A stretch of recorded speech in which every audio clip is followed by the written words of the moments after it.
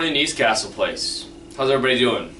Welcome to this edition of Coffee with Tyler. Hope everybody has their favorite cup of coffee or beverage in hand, and join me in the first sip.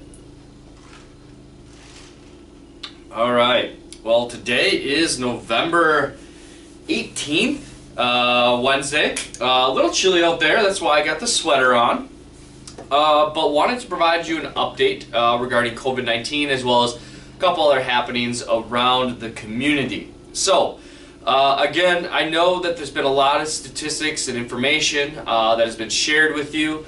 We taped a State of the Castle yesterday, November 17th, so again, don't want to confuse the information. Again, want to point you really to the black and white memos that are posted and given to you on a weekly basis, usually on Thursday afternoons, to really give you the most up-to-date information.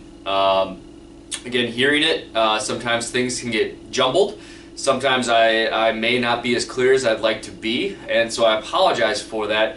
But again, I do want to share and want you to know that I do plan to be as transparent with you as possible and give you up-to-date information, even if that information is not easy to share. So, with that, I want to share with you since last week, or November 9th, we have currently 5 residents in our COVID unit, COVID area on our 5th floor of our health center. That's where we have dedicated staff members working with residents that have tested positive for COVID cases. Now, I'm happy to report that the 5 individuals in that area are all in stable condition at this point and are hopefully on the road to recovery. I also like to share with you that we've had 3 residents actually stay in that COVID area and were able to be discharged to a different area of the community, meaning the 4th floor. After going through their full isolation period, they are recovering and being able to go back to the community. That's also the case for the 1 independent living resident that I mentioned about 2.5 weeks ago now. That resident is recovered and doing well. They were again located in the Bradford Terrace building. But nonetheless, COVID-19 is still very, very much here in Wisconsin, obviously in Milwaukee with our positivity rate of over 14%, and unfortunately rising, as well as here at East Castle Place. So I mentioned we have 5 currently in our COVID unit. Those do consist of, residents that stayed in the water tower building, where there were 2 residents last week that were admitted to that area, as well as 2 from the health center, and then 1 from the memory support area. So we have 5 residents from the community. Again, fortunately, they're in stable condition. Again, as with the fragility of any residents in the health center, we take it day by day, but we're fortunate to have the great team and staff up there caring for those individuals. Currently, we also have 9 employees that are out. That again is since last week Monday, so November 9th, so 10 days ago. We've had 9 individuals that have tested positive and are out in isolation and going through the full 14-day isolation period, 10 to 14 day. With that, I'm happy to report we've been in touch with all the staff. They are all doing well and are excited to get back to East Castle Place, excited to get back to work, to care for you and to provide the services that you are expecting. Also, out of those 9, they'll be coming back at various times. So again, we have a very strict process here at East Castle Place that I'm sure I've mentioned before, but just want to reiterate. The flow that we have, we track it obviously from an internal infection control process with our RN, as well as from our human resources department to make sure everybody's on the same page from those individuals, employees that are out. So again, it's a lot of information. We are doing tests twice a week, and we will for the foreseeable future. The twice-a-week testing is taking place in the water tower, assisted living, this memory support, as well as the health center. That's for residents and staff. So on average, we're doing roughly 200 tests per testing day, so roughly 400 tests per week. That's quite a bit of tests. That's a lot of time and resources that we dedicate to that. And I know many of you have asked, Tyler, the independent living, what about us? And so again, due to the independent nature of East Castle Place, I encourage you to work with your PCP, your primary care physician, and if you want to be tested, to go to Miller Park, to go to CVS to get those tests. If for some reason you were needing to be tested due to contact tracing that we had, you would be contacted directly for that testing process. Again, I know there's some concern out there about the asymptomatics and things of that nature. Again, I look to over the past 9 months of COVID testing and results from there, as well as residents that are isolating, that have been tested, that have returned negative. And so again, that's where I really need us as a community to do our part in supporting the more fragile individuals in those higher levels of care. I'm not discounting that our independent living residents aren't fragile as well. I know everybody's working through their own conditions and different areas, but unfortunately we just don't have the resources available to us from the state nor from the medical distributors. As you know, the labs are very overwhelmed right now, and so the results that we are receiving need to be apparent rather, for that higher level of care. And so we are not testing the independent living residents at this time. I am asking each independent living resident, as well as all of our staff and residents, to take part in this, to know the brevity of the COVID-19, and to know that I'm sorry for stumbling on my words, but it's there. It's real. We unfortunately have had residents that have passed away from COVID-19 as a diagnosis. I will tell you that there's been other underlying symptoms, and all of the residents that have passed have been on hospice services prior to having COVID-19. But the brevity is there, and I want the moments in time, these tough moments, to be moments so that we can celebrate the successes down the road in future days to come. And so I'm asking you to do your part. I am looking at right now the fitness center. We have strict guidance on that because we're able to sanitize in between residents, and we have staff overseeing that. But we have, if I hear of residents that are kind of taking it upon themselves to skirt the system, unfortunately I'm going to have to shut down the fitness center altogether. That being said, I don't want to do that. We need to do our parts. Also, wearing masks. I know that these masks, especially now, I mean, it's probably difficult for me to talk to you, and I know that's hard for you as well. But when we do this, the masks aren't doing anything for us, and so that's where I need you to all do your part. I need you to remain as socially distanced and responsible as you are capable of. Don't put yourselves in situations that expose you for long periods of time where you're not able to be socially distanced, whether that's small group gatherings in your apartments. We all need to do our parts. Again, the staff, we continue to monitor them.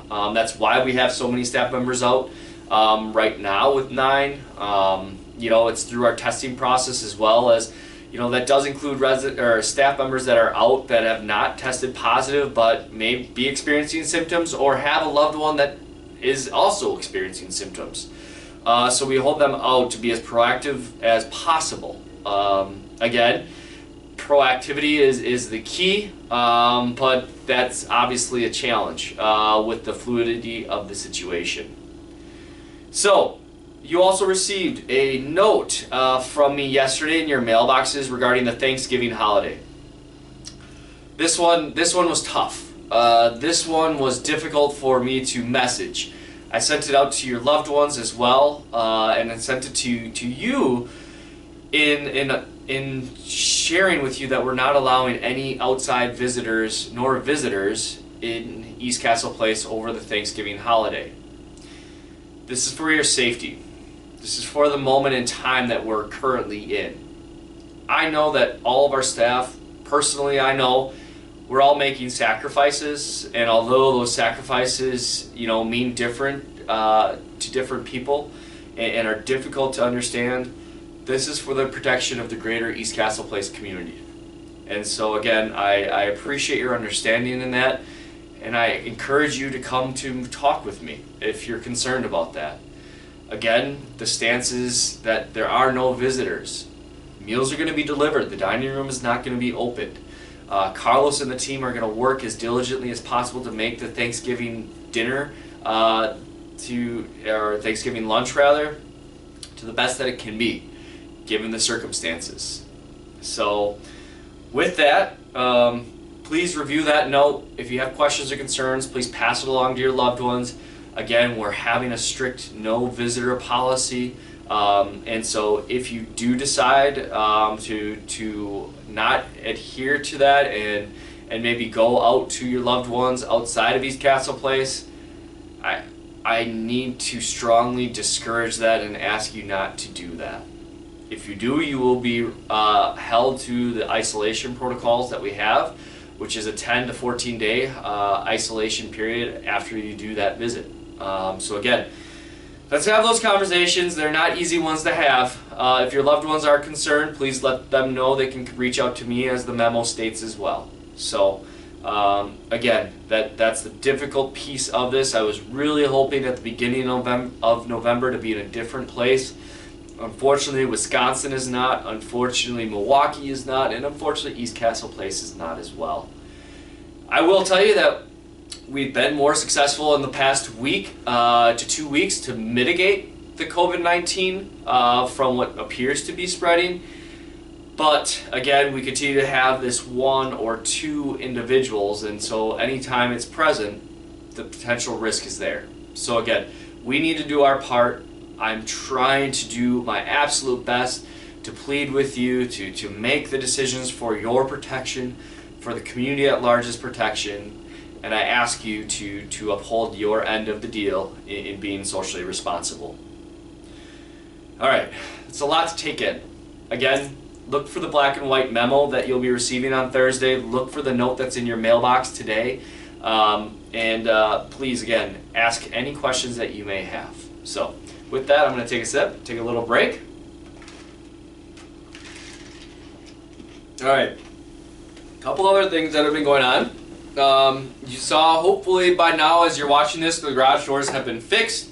Eric Peterson, it started on Monday. The actual garage door security system was being a little, I guess, feisty. So we brought out the garage door individuals today, Wednesday, to fix that. So thank you for your understanding and patience where the garage door was open from 6 a.m. to 6 p.m. That's the reason why we needed to do some maintenance on it, but we also needed to make sure the garage was accessible for you as residents. I mentioned the Thanksgiving meal. Look for your menus this week to outline that.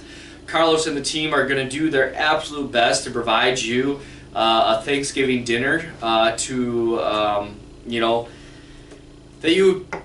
would be used to. Ham, turkey. I know we're also looking at doing some surf and turf, so you have options. And so hopefully we'll be able to deliver that and deliver a nice Thanksgiving meal. I do believe that will be over the lunch hours that we normally would do for a holiday celebration. Also, with that, the meal program has been in question. I've had a couple of residents, and I know Carlos has talked to a number of you about the new point system. I've gotten it from both sides, residents that absolutely love it, and residents that are still, wondering what the reason is behind it. And again, Carlos shared with you in a number of informational sessions and a number of memos leading up to the change. It is for the flexibility for you as residents to get the most out of your meal program. I know that discussions will be forthcoming and ongoing. And again, we want to re-look at this after the 30 and 90 day period. 90 days really gives us a sense of how we're doing and be able to gather that trend and data that we really need because I know Carlos is reviewing the point totals on every given day and having those discussions with residents that are maybe butting up pretty close to that, maybe going over and talking with them. Also making sure that residents aren't spending way under to make sure that they're not feeling like they're able to get a full meal. So again, more communication, more information will follow. Carlos and I always are in active discussions. I know that your food and beverage committee will be meeting to have further discussions on this as well. And so again, I appreciate your understanding in this change. I do believe it's purely beneficial for the community at large. I know that there's some proponents out there as well that feel that maybe it's not the right time nor the right plan. But again, from what we've seen, from what we've heard over the last 6 months from your resident food and beverage committee as we rolled this out, is something we want to try and want to give it its opportunity. 2 weeks is not an opportunity, 3 weeks is not an opportunity. 30 days is a good chance to review, maybe make some slight changes, maybe keep the program going the way it is. Again, this is all in efforts to improve the food and beverage program that you have here at East Castle Place. Carlos and the team are dedicated to that. So with that, I want to make sure that you continue to share your questions, share your comments, both positive and opportunities that we have with Carlos, with myself. That's what we're here for. Again, I want to make sure you know that this is not budget related. I want you to know that this is not because, the food prices went up and we need to contain costs. I'll tell you that we actually did this the opposite direction of looking at a budget, because there's actually some, when you charge $11 and $22 for every meal that somebody might go over, or the guest meals, that's really where you're potentially seeing it from a cost to you, and so we don't want that. What else? So the other thing that you might see or have seen is a green light on East Castle Place's sign out on Downer Avenue. It's just a National Injury Prevention Awareness Day today, November 18th. It's a program that the board of directors, Dr. Lang, and specifically our medical director, wanted to give a highlight to, and I felt it was a pretty easy gesture to support. It's really to help focus on preventing injury and fostering that injury prevention mentality, especially in youth. So again, I think it's a great cause. I think it's something that is very easy to do in recognition of that, and hopefully you all can support that as well. Holiday decorations, Laura will mention, are going up the week of November 30th. Our typical holiday decorating company, Lockers, is not going to be doing it this year. It will be up to us, which is great. We can put our own spin on it. We want to engage you as residents as well, obviously, as you're comfortable and as socially distanced and masks and all that fun stuff. Absolutely nobody will be up on ladders or chairs if residents are helping. But we're going to bring up the Christmas decorations. Further communications will come. That's going to start November 30th. So Monday after Thanksgiving, and hopefully by December 4th we'll be in the full Christmas spirit here at East Castle Place. So, with that, I hope you that want to take part in that, in dressing up your floors. I know that there's been a number of you that said, hey, we want to do this. I look forward to that. I think that holiday spirit is going to need to shine through even more this year than ever. Because it's going to be an interesting holiday as well. We do have some plans in place. However, as with Thanksgiving, as with how COVID goes, those plans could very much change. And so again, I want to encourage you to take part in those opportunities as they come forth. Again, we want to make sure you're safe, socially distanced, so on and so forth. So, with that, that is my update for today, November 18th. I look forward to seeing you around. I look forward to wishing you a happy Thanksgiving next week. Coffee with Tyler next week most likely will be aired either on Wednesday or Friday. Still working out the details with my manager, so to speak. Just kidding. But either Wednesday or Friday. Maybe we'll air it on Thanksgiving. We'll see. So just will be an update for next week. So look forward to that. Look forward to the postings and your weekly updates.